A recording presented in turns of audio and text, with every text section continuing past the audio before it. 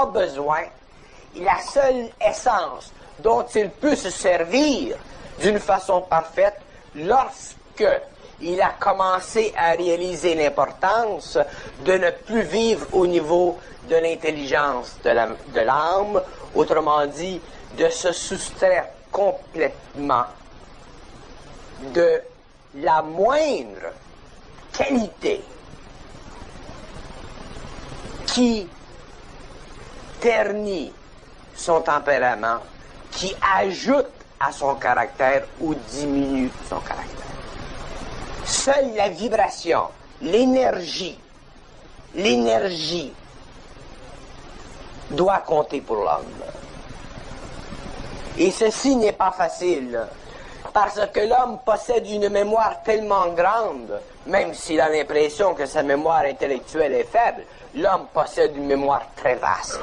Et si l'homme le plus simple, l'homme qui a eu le moins d'expérience avec le monde, le fermier, le type qui est près de la nature, le type qui n'a pas été mélangé dans toutes les affaires de l'homme, même cet homme possède une très grande mémoire.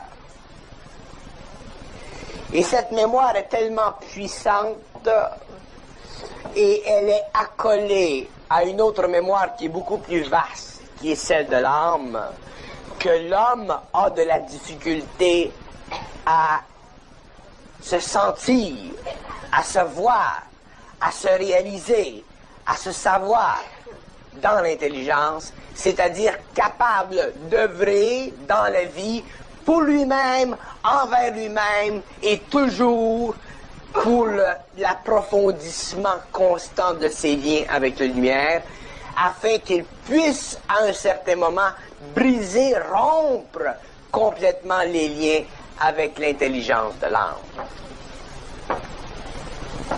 Cette expérience, c'est l'expérience de l'humanité à venir. Cette expérience sera et devra être vécue par l'humanité au cours des siècles. C'est une expérience qui est inévitable, c'est une expérience qui ne se prouve pas, c'est une expérience qui est présentée à l'humanité et c'est une expérience que l'humanité en tant qu'individu devra vivre parce qu'il n'y a plus d'autre porte en dehors de la mort que celle-ci.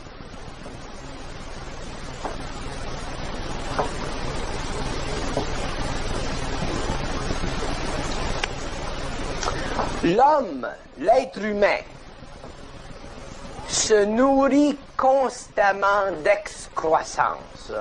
C'est-à-dire qu'il se nourrit constamment de l'intelligence de l'âme provenant d'autres individus ou provenant de lui-même. De sorte que, avec les années, il s'épuise lentement d'une façon subliminale, parce que la nourriture dont il se nourrit, elle est morte.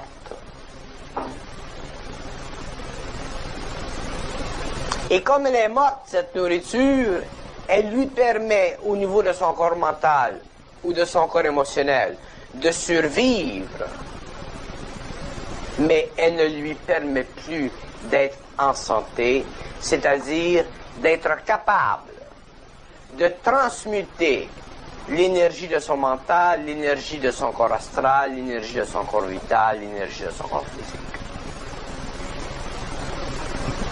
Et transmuter dans le sens que je l'emploie veut dire ceci, veut dire vivre dans une instantanéité quelconque, lorsque l'énergie se rencontre dans l'homme, lorsque le conflit entre la mémoire de l'âme et où l'intelligence de l'âme et l'intelligence pure se fait connaître dans l'expérience, c'est à ce moment-là que l'homme grandit.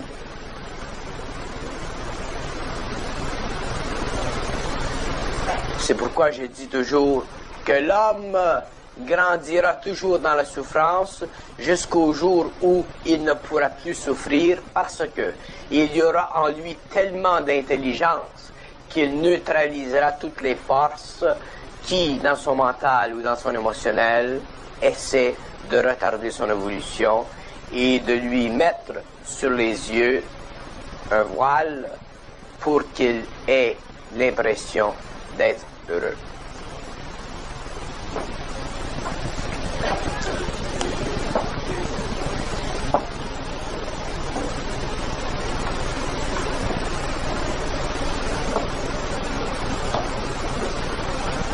L'intelligence de l'âme, ce qu'on appelle l'intelligence de l'âme, c'est-à-dire la manipulation dans le cerveau humain, par le biais du mental ou par le biais de l'émotionnel, de formes pensées ou de formes émotives, est constamment et éternellement manipulée sur les plans invisibles. Autrement dit, lorsque nous parlons de la mémoire de l'âme, nous ne parlons pas de la mémoire de l'âme dans le sens que l'homme s'imagine une mémoire. La mémoire de l'âme, c'est une quantité finie, si vous voulez, de personnalités dans des mondes invisibles qui manipulent l'être humain. La mémoire de l'âme, ce sont des anciennes personnalités de l'homme. La mémoire de l'homme va d'aujourd'hui vers un très vaste passé. Et les personnalités qui sont sur ces plans sont sa mémoire.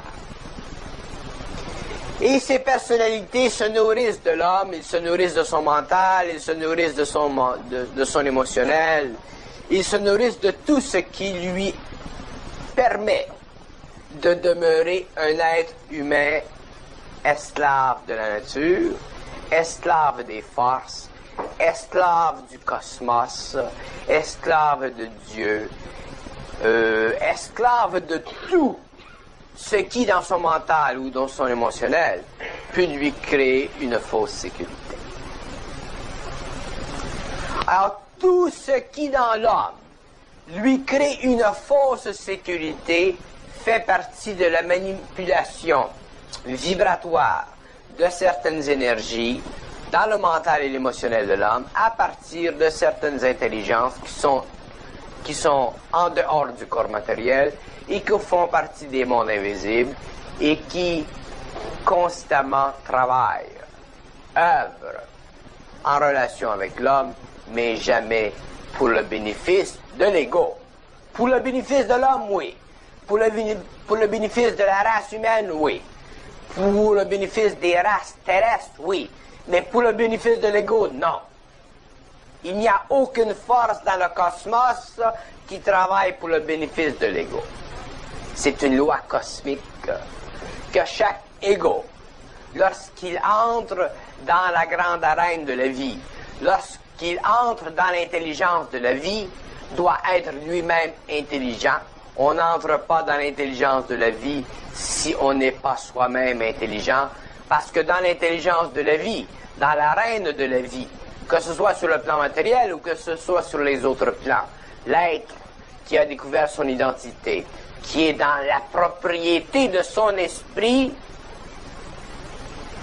n'a à rendre compte à personne, n'a à prendre compte de personne, automatiquement il est libre et il peut travailler s'il le veut ou si les conditions s'y prêtent en relation avec des intelligences qui sont évoluées et qui font partie de ces mondes. Alors, les placebos.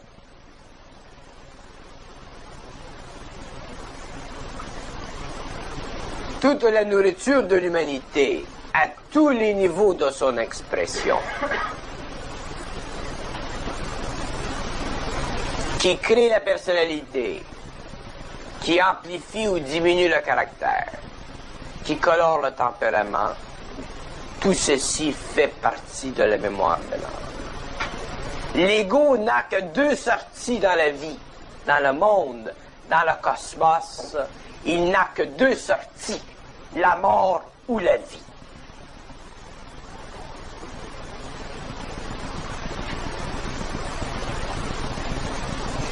Et la